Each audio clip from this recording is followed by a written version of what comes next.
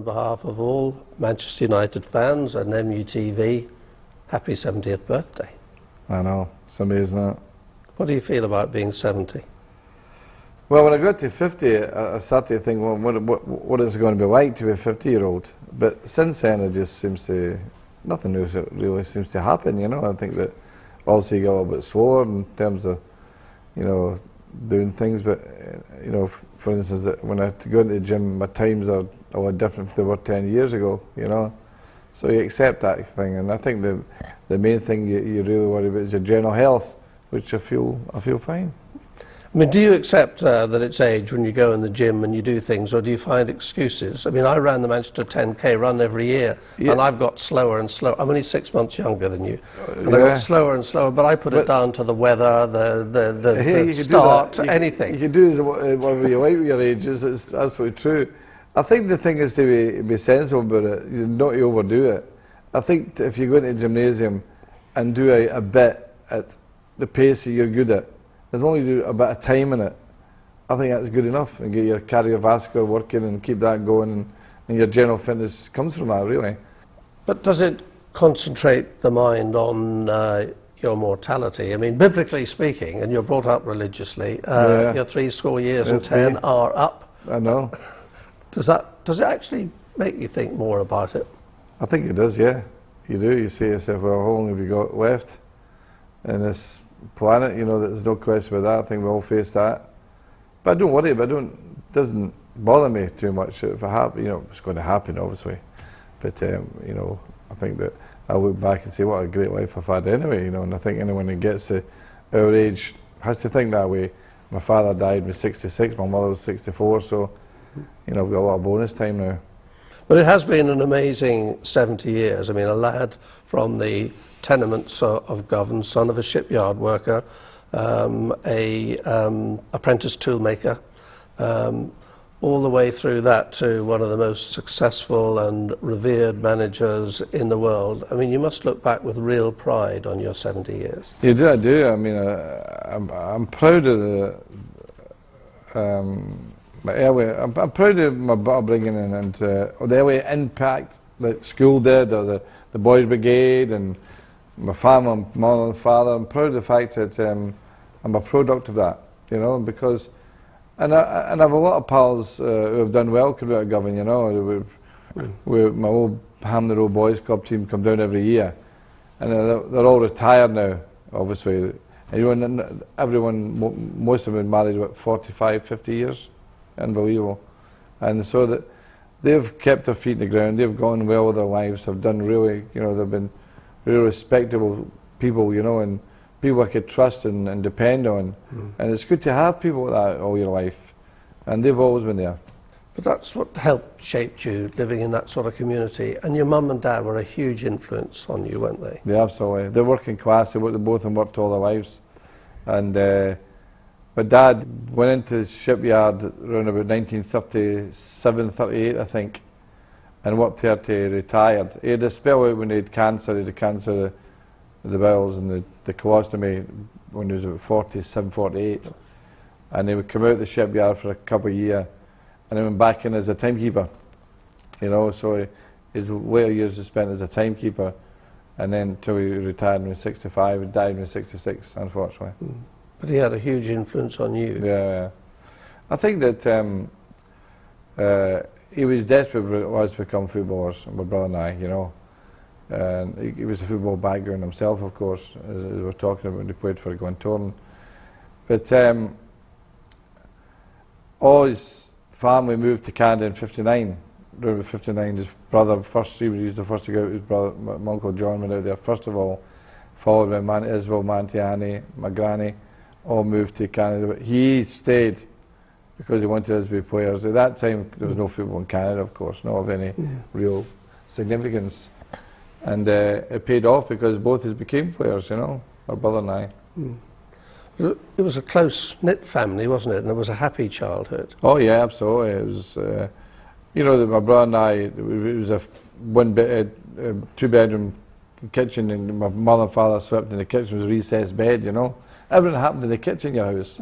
And for a long spell, we leased out one of the rooms to an Irish family, you know, moved over from Ireland, and that was a way of making some extra money for the family, you know. But my dad, always remember finding a pay slip with my dad's, and it was £7 something, and that was with 2 nights, Saturday and Sunday. You know, you had to do 2 nights, Saturday and Sunday to get a real, what we call it, a sort of a respectable wage back then. I mean, for at that time, probably £7, whatever it was probably a big wage. But you had to do 2 nights, Saturday, Sunday to get that, you know. So you would work in the 2 hours extra at night time, Tuesday and Thursday nights. You work all Saturday morning and all Sunday. So they leave the work in the Saturday at lunchtime, go straight to the games. What we would do is come and watch us play, you know. So it was a hard life, but you know that's a sacrifice good parents do for their kids. They wanted you to be better than what they had. And my mother worked in the Aeroplastics, was a factory in Hillington Estate, which was about 5 miles away, you know. So. Did you sit round the radio as a family and listen to Yeah. all those great radio programs? Oh yeah, the boxing was the one I always remember. And we used to have With Eamon Andrews Eamon Andrews, yeah. as the There was a commentator. great fight between Randolph Turp and Sugar Ray Robinson. I remember it well. Yeah, Yeah. we were around that. And Randolph Turp won? won, yeah. I always remember we got our first telly.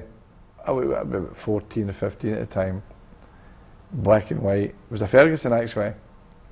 Rental. You remember the Ferguson? I do. We had a pie. And there was an aerial on top. There was a game on, I can't remember, it was England were playing someone, anyway, the aerial was in one, and my mother's moving the aerial. But that's fine, just hold it there. She's standing there holding the aerial. She's about 10 minutes, she says, I'm not going to stand here all night. But that's like going to the telly, watching the game. Oh, brilliant. And we're sitting quite, not even thinking about your mother. I've been standing there with the aerial at a certain position. Oh, it was brilliant, that was brilliant. Couldn't do without these times. And my granny used to come, my mother's mother, she lived in the corner of us, and my dad used to hide the sugar for her. You know, she used to put 5, 6 sugars in her tea. And of course, at that time, you know, sugar, all these things were rations. My dad used to hide the sugar. So when they were both working, we come over to school, and my mother would have a dinner prepared. You know, all you need to do is put it on the stove at certain times, you know, and we'd clean the fire out, do the ashes down in the midden, and my granny comes and says, "Where's the hide the sugar?" I said, "I don't know, Granny." She says, "Come on, see if you can find it." She must show if I found the sugar. She would take a cup full of sugar and vanish. But Dad came in, "She been in my bloody sugar again." Oh, it's funny. So, your dad, this huge influential figure in your life, he died in 1978, didn't he? 79. 79. February. Was that traumatic for you? It was because, you know, it was unfair. You know, you think about unfairness. He retired on his 65th birthday, and the next week he got cancer. You know, and I remember phoning my mother, and she says, "Well, your dad's not been well." He says, "She has pains in his chest. He's going for an X-ray." And I said, "By emotion, you know, for retiring." Of course, he had cancer in the lungs, you know, and he survived 1 year and 3 months. You know, about 1 year and 3 months. He retired on October 27th, his birthday, and died in February, 1 year and 3 months later, or something like that.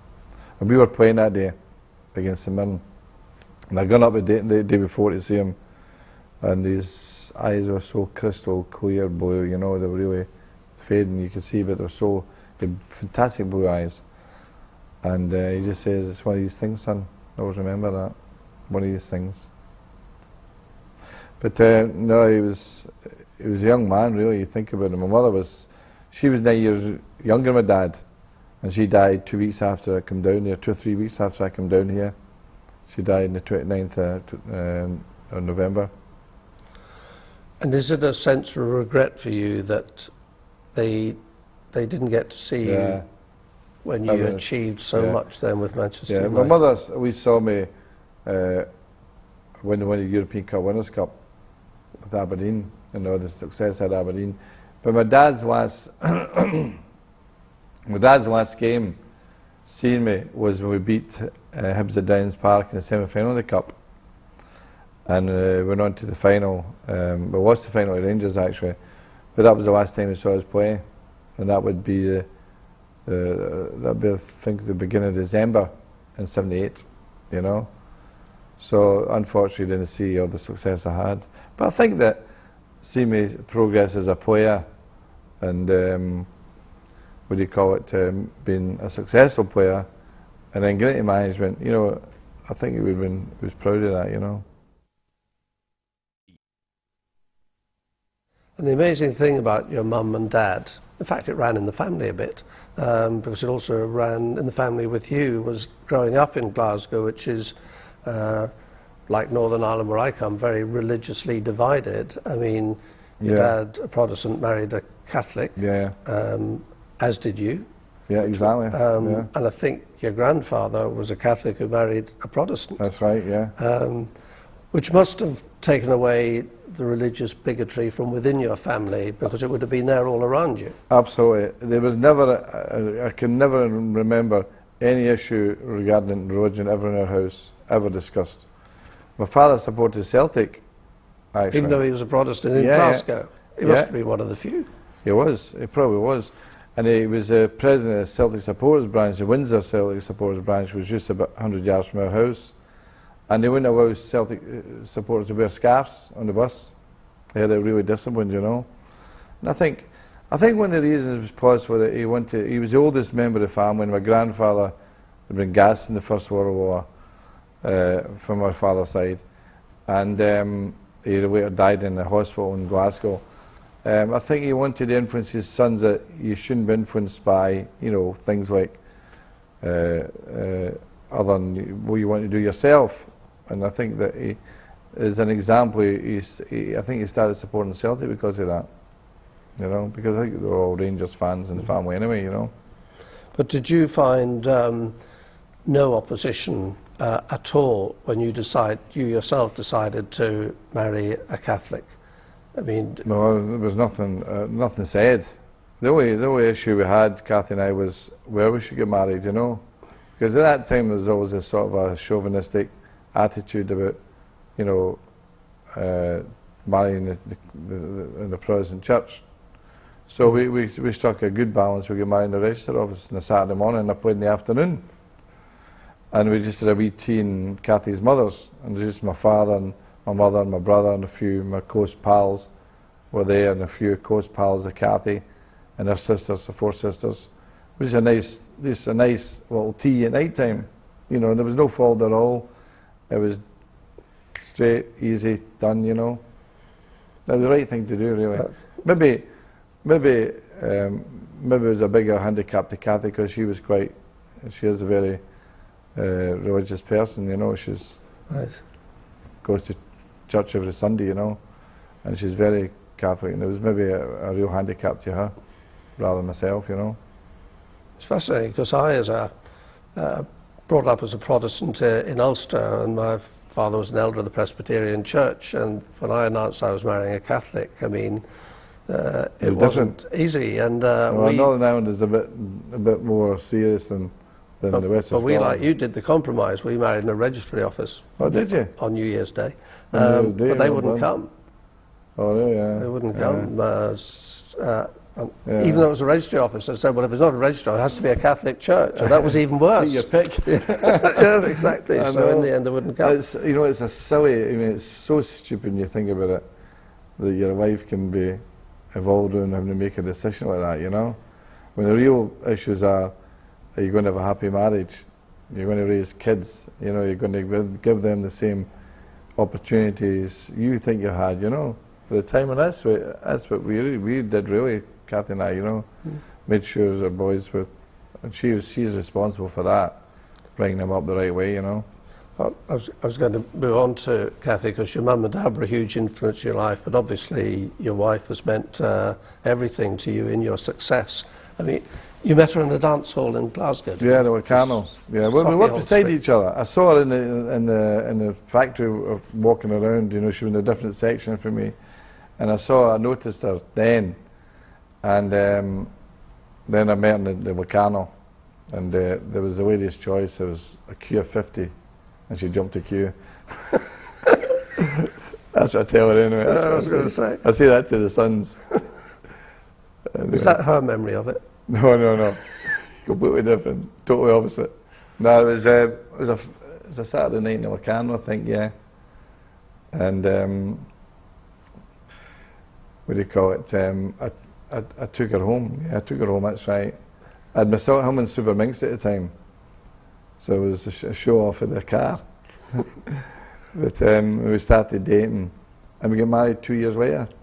You know, we didn't have a long courtship. You know, we got engaged about 8 months before we got married, something like that. Oh no, it wasn't as much as that, but about 6 months before we got married. Was that a romantic moment, the engagement? How did you propose? I can't remember, honestly. I think it was I think it was just sort of a natural progression. You know, we better get engaged type thing, because neither are really emotional that way, you know what I mean? So there's no bended knee and moonlight and flowers? No, definitely not. Ring. No, definitely not. Definitely not. And you're coming, I mean, I'm coming up to 40 years married, but you must be married about 45 years. 45 and 46 in March. Long time. A long time. And that time there's been 11 World Cups. And, I mean, you couldn't have done what you've done without her, and that's... No, it's stability, that's what it is, you know, and although Kathy doesn't go to the games, she suffers more than anyone, you know. She never doesn't put the television on doesn't answer the phone, doesn't put the television on until 5 o'clock, and then sees the result, you know. And she used to watch the teletext, actually. You know, never watch a game ever. She goes to the finals and things like that. It's a day with her and her sister, of course. They never watch the game. They just sit and chat all day, I think, you know. But when she watches and looks at the result and waits for you to come home, is she then preparing herself for the mood you'll be in because of the result she's I think when we were younger that was the case, but not so much now. And we never discuss it, you know, there's never anything said. You know, in West Wigarrio, what the city wasn't, the city was a bad one, you know, and she's like, I'm not going to that village again. She's, I'm not going down there, there's too many city fans. So she took it bad, that one. Was that your worst moment? Oh, I think that the two city results are definitely the worst. 5-1 and 6-1. 5-5 and 6-1. You always do the derby games, it's a killer. You know, it definitely resonates. Well, we've talked about your parents meaning everything to you, your wife meaning everything to you, and obviously football meant everything to you. And here you are talking deeply about this worst moment, the two worst moments, the 5-1 and the 6-1. But was playing for Rangers the high point of your playing career? Was that the pinnacle for you? Well, that was, without question, that was fulfilling the dream, definitely. You know, that I used to go and climb over the fences and, you know, get pucky overs and, you know, or lift overs, we called them. The turnstile. Yeah. I remember and those. used to skip and watch them train, and, you know, my mates and I, you know, and get chased out the ground, and time again getting chased out the terrace, and when they used to train in Ibrox Park, you know, players like, you know, way back, Willie Woodburn and Willie Waddo and all these, and the groundsman would chase you out, you know. So you go and actually play for them, you know. Now, we only lived about, I would say, no more than 600 yards. We brought up 600 yards from the actual ground. You could look into my mother's window from the main stand, before they put the government stand up. You could look into my mother's window. So it was a fantastic achievement for me to get there, you know. What was it like pulling on the blue shirt for the first time and running out? It was against Arsenal at Highbury. We lost 3-0. Got a deal doing. It was a great football club, you know. It was a really great stadium. The dressing room was fantastic, you know. Everything was brilliant. Just the problem I had was with Celtic were the best team. Jock's team was such an incredible man. You weren't playing Celtic, you were playing Steen, really. He was such a charismatic figure, and he was powerful. He had great powers, Jock Steen, intelligent, and he just elevated Celtic from nothing to winning the European Cup. So it was, you know, timings and everything in life. and I just went at the wrong time. There's no doubt about that. You went to, well, you became a manager and you hit national recognition as manager of Aberdeen. I know you've been manager of other clubs, but at Aberdeen, and you won the league and you won the FA Cup and you won the European Cup Winners' Cup with them. That brought you to national prominence. And you could have gone to Arsenal and you could have gone to Tottenham in particular, two big clubs in England. This was a big chance. You're an ambitious man. There were two big clubs. You turned them both down. Why? Well, in the case at Arsenal, Ken Fryer wanted a decision right away. And of course, I had the World Cup coming up. I said, I'm not doing any decision until after the World Cup, because I spoke to Dick Donald at Aberdeen. I said, look, you know, I think it was time. And you were managing Scotland through this World Yeah. Cup. Yeah. And Ken, in fairness to Ken, said, we need to make a decision quickly. And I always remember him saying to me, what do you think of having George Graham as your assistant? I said, well, I don't really know George. I played against him, of course, but I don't really know him. And that registered the back of my mind, because I had someone else in mind, obviously, you know. And of course, they had to make a decision, so I said, well, I think you should go ahead with your decision, because I'm not making my mind up until after the World Cup. That was that, to bed, so that was quite straightforward. The one with Tottenham, it was Evan Scholar who offered me a job, and I didn't get the right feel. The more I spoke to him, I didn't get the right feel. It was the right thing for me, you know. I said, no, not for me, you know.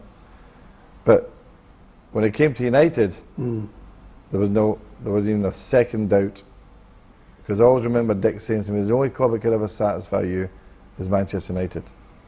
He says, that's the club for you. And that was 6 months before I came to United. Now, whether he knew anything, I don't think he did. I think because his son had played for United, he knew the history of the club, he knew the demands and expectations they all. I think he felt that was the right club for me. And is that what you thought as well? Manchester Not that time. No, not at that time. No, I'd never give it a second thought. After the Arsenal and Tottenham thing passed over, I was quite happy to settle back in Aberdeen, because, you know, as Dick made a great point, he says, why resign if you don't get a club? Why quit when you don't get a club? Wait till someone offers you, which is fair. And Aberdeen was a great club, great football club in it, great city, great people. I loved Aberdeen, I really did. I have a lot of friends there now, still. And then we started the season, we didn't start, I brought Archie Knox back as an assistant, who'd gone to Dundee to manage, and I'd brought a young lad in, didn't really work, you know, he's maybe too young, former player, he was only 28, you know, it was maybe too young for him. And I brought Archie back, and we didn't get a great start, but we were all right. We were second in the league, I think, to, was it Rangers maybe? I think Rangers. Well, Graham Souness had gone to Rangers, of course. When the United thing came along, you know, and I had no second thoughts at all, because you're well aware of the history of Manchester United.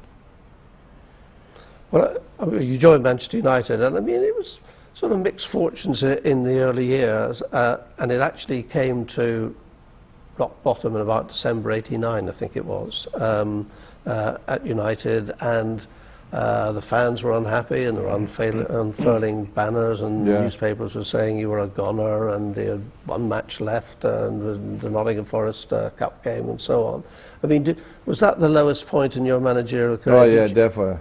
Yeah. I mean, did you actually feel down, depressed? Yeah, you do feel down, because you know you feel the expectation, you know, just for yourself, but your family and your staff you have got working for you, because I had a good staff, you know.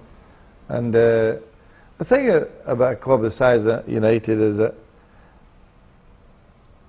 I don't think I could have managed a job unless I had the background of Aberdeen, you know. I had 8 years of success there, and I kept saying to myself, well, revert to what you're good at, you know. And the more I thought about that, the more right I was. And that was definitely rebuild the foundation of a football club, which is the best thing you can do. If you get the time to do it. If you get time, but that didn't bother me, you see. I must say this, it does not affect my thinking. It's the right thing to do. Now, of course, I could have lost my job. Quite simple, I could have, because your results, it's a results industry. And I think, in fairness, Martin Eyre was never a problem. The board was never a problem, but Bobby Charlton, without doubt, was absolutely 100% on my side. Because Bobby would come down to watch the youth training. He'd come down to see the work we were doing. And we were doing a lot of great work. And then when I took on Wes Kershaw as my chief scout, and Wes was fantastic, organising trials, scouting all over the place, had all the scouts buzzing, had them all on their toes, you know. And that was a great start, and things were starting to change, but you couldn't see that. The punter going into the game on a Saturday couldn't see that. You know, that was a waiting process, you know, and eventually, bit by bit, we started to introduce younger players coming into the team, and they all did well in their own way. Like a wee Martin, a wee Sharp, Russell Bearsmore, players like that, but not top drawer what Manchester needed, but better than what they had with previous, you know, with young players. And it wasn't until that great bunch of the '92 team came along that we could see the fruits of all the work in terms of scouting, coaching, a night-time trialing at Albert Park and under the floodlights down there, and bringing them in for 2 weeks at a time, but coaching them also and trialing them, and changing the concept of how we pick players was important, because in the days that when I came at first, the scouts used to pick the players who should come to United. And I says, we'll pick the players, just to identify them, and we'll make the decisions. And I think it took a load off all of the scouts anyway. So we used to sit around after all the trials, and we'd have a list of all the players, and we'd go one by right round everyone. Well, what do you think of this player, Joe Bloggs? Yeah, I thought you did well. And we all have our say, and we did it that way. And it was definitely methodical and the right way to do it. And with consideration, that was the thing, with consideration of it. And then I remember one time, in the case of Jonathan Woodgate, and it came to me, and Joe Brumskill, who brought him down, was a wonderful scout we had. I said, well, I didn't think he did that well, the lad, you know, and I think, you know, didn't impress me. And Joe Brumskill says, point of order, Mr. Ferguson, I think I know him better than you. He says, that boy is going to be a star. He says, he's a terrific young boy. I've known the family all my life, blah, blah, blah. He said, I think we should give him another try. I says, Joe, absolutely 100% behind you. If you do that. He died a few weeks later. He was playing football in a 7-a-sides on a Friday night. Brain tumour, and died. I think it was a brain tumour. A young man, Joe Brumskill. Played for Middlesbrough. He was a terrific man. And we lost the thread of Jonathan Woodgate. And it turns out, of course, he had a great career. Just shows you, you know, that thread that a scout can bring. You know, the family connection. And, you know, he's living in their house and he knows the boy, sees him growing up, sees him a kid at 6 years of age, whatever, and progresses him through, you know. And it was a stark reminder to me that day that to listen to people's opinion in terms of scout. And I admired it, to stand up to the manager of Manchester United and say, oh, I think he's a player, which I didn't see at that time. And of course he was proved right. Orlickson, kept in by Martin. Did you ever accept, when we were talking there about the darkest moments and the press saying you were a goner and so on, did you ever accept that the Mark Robins goal at Forest was the game that saved your career? Well, that was still a perception of the press media thing, and I think even, I remember, well, someone told me, I think, that during the warm-up, Jimmy Hill says, the warm-up there, they look like a beaten team in the warm-up. I think there was... Did you ever challenge him on that? Nah, Jimmy Hill's been I think Jimmy Hill did a lot for football. His work with the Players' Union was fantastic. Absolutely. And he was, broke them and he covered the city, he elevated Coventry City. That's an opinion. I think that the problem is when they become pundits in television, they have to have strong opinions, and it's generated by the kind of media over the last 3 decades that's got more cynical, more critical media coverage, and you see things that putting turnips on top of managers' heads and all that. That's absolutely disgusting, but that's the way the media is run. You know, that's the way it's changed over the last 3 decades, particularly the last decade, you know. And therefore, when pundits are on television, they have to have an opinion, strong opinion. And it's mainly with a critical note a lot of times, you know. So it's understandable the way it goes nowadays, unfortunately. But I think that it was important to win the game, because you never know. Because we hadn't won a game in December. We'd drawn 3 or 4, and we lost to Crystal Palace at home. That was a bad one, and we had a few injuries at the time. So when we went into that game against Forest, we were minus Paul Ince, Neil Webb, and Brian Robson, and Danny Wallace, and one other. Colin Gibson's another one out. So we're minus seriously influential, important players. But the thing that won the game was the support that day. They were absolutely defiant. They were fantastic. They knew that, you know, that we're under the cosh, the team were under the cosh, and they never let us down. They drove us on. They inspired the team. There's no question about that. They inspired the team.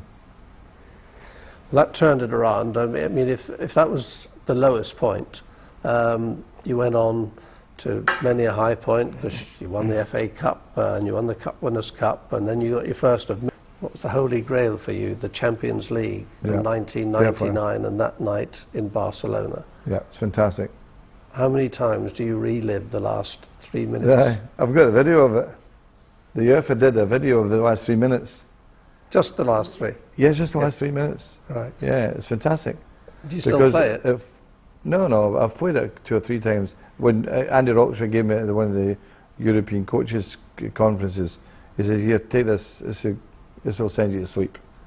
You know, and it actually follows Kalina, the referee, Oh, yes. as he's interacting with what's happening in the game. There's 2 versions. The one that is following Kalina, and also the actual Kalina in the game actually around about it. It's fantastic. And when we scored the second goal, he concentrates on Kalina picking the players up, the Bayern players up, Kufu and Effenberg, and the goalkeeper. You actually see him, you know, picking them up. Because they were just prostrate on the ground. They were gone. It. Yeah, and yeah, it's terrific. You know, it's amazing. And when the starts with the 4th official putting 3 minutes up, and you see me looking up at the 3 minutes, you know, and then it focuses on Kalina. Kalina, first of all, you see Kalina going 3 minutes, and the guy goes like that, and I'm looking up at the 3 minutes. It's brilliant. It's amazing football. But the last 3 minutes were staggering, because I was up in the stand in the press area looking down on the goal where it all happened. But you could also see where the Champions League Cup was in the director's box. It sat there with all the dignitaries sitting there. And when the 90 minutes were up, they put the Bayern Munich tapes on the cup. Yeah. Actually put it on. I know. And round the pitch, and even at the dugout, the Germans were now congratulating each other. I know. And when they substituted, they were all hugging each other. We'd won the cup and so on. And that's what made it even more fantastic. When first of all the Sheringham goal went in, and you thought, well, we've got extra time. We've got extra time. Yeah.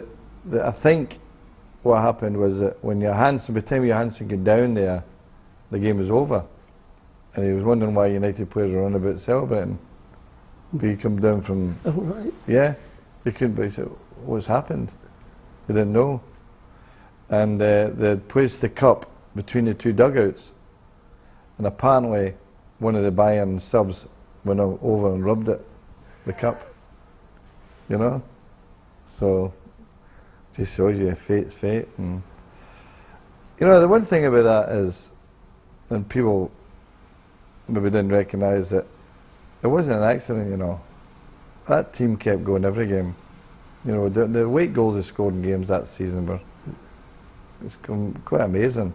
You know, particularly the last minute, down 1-0, coming into the last minute against Liverpool in the FA Cup, equalised and scored in injury time. You know, Solskjaer again. You know, so it wasn't an accident. They had a certain determination about them. They never gave in. It was a United thing, you know. Actually, the work we did on them, they always made the two substitutions the same substitutions all the time. And they did that every big game. The two wide players always come off. They bring in two other midfield players. The lad was on the post, actually, for the first goal. And they'd taken off Overath. They're taking off Mateus, hadn't they? Mateus. Yeah. They took off Mateus, and they took off the two wide players. And Mateus was the one who ruled on the offside, coming pushing out against offside. And he originally was on the post. He was replaced by the substitute who didn't come off the post. He was slow coming off the post. We got the first goal. But by them bringing on the subs... He sort of half cleared it, didn't he? No, there was Thomas Fink, Right. half cleared it, That's it. out to Giggs who hit it. Right, and then Sheringham got his Yeah. foot to it. But by them making the substitutions they did, it opened the game up. All of a sudden they had more energy in the middle of the pitch again, and they were starting to flood forward. But it started to open up the game in terms of we were starting to get chances ourselves. Chances in the last 15 minutes of the match. Albeit, prior to that, Bayern had hit the post and hit the bar, and Schmeichel had a great save. But the game opened up, which suited us. You know, I think if Matthias had stayed in the pitch, he would have kept them in the back. I think he would have kept them all back. Well, his face was a picture I know. off the pitch. That He was, just could not believe what he was seeing. I know. It was unfair to them in a way because they weren't the better team, but they weren't the worst team, if you know what I mean. And it was on what would I? Did you No, I ever said cross to your Steve mind? McLaren, You it's just finished. We'd win it. You did. Yep. Steve McLaren says, we'll go back to 4-4 to an extra time. I says, we won't get to extra time. I knew they'd gone. We only needed one more attack. That's confidence. You know, it's evidence that their players were gutted. Yeah. They were down. They were. And we got the ball into the Nicky, but no, we were going to win it. So, how did you feel when that sold? You can't believe that, you know, you never think it's going to happen. You're 1-0 down at that time. Well, you've now got 2 Champions League titles. You've got 12 league titles, taking United to the magic 19, of course, to be ahead of Liverpool. 48 trophies in all. Is there any new achievement that you still aim for that would keep you as motivated as you've always been in the job now that you're 70 years of age? Yeah, there are. I think that's with the new players that come into the club, that we have to continue the dominance of winning leagues, and obviously, without question, winning a European Cup is important to this club. You know, absolutely no doubt about that. We should have been in at least another 3 finals. You know, I still think that wasn't that Bayern Munich game at home. You know, we could have won the cup that year. And it was in the semi-final to Leverkusen, which, you know, were really unlucky. Hit the bar 3 times, 2 shots cleared off the line during the game, and, you know, knocked 2 away goals again, you know. And Borussia Dortmund was in that game. That was another, you know, should have won that semi-final. But you can't be greedy, I suppose, and having won 2 at my time is an achievement. And they were special. It's terrific to win them, you know. It's great for the club. So are you driven, though, inwardly driven for a third, for a hat-trick of Champions League titles? Yeah, I think it would be. I'd be very keen to do that.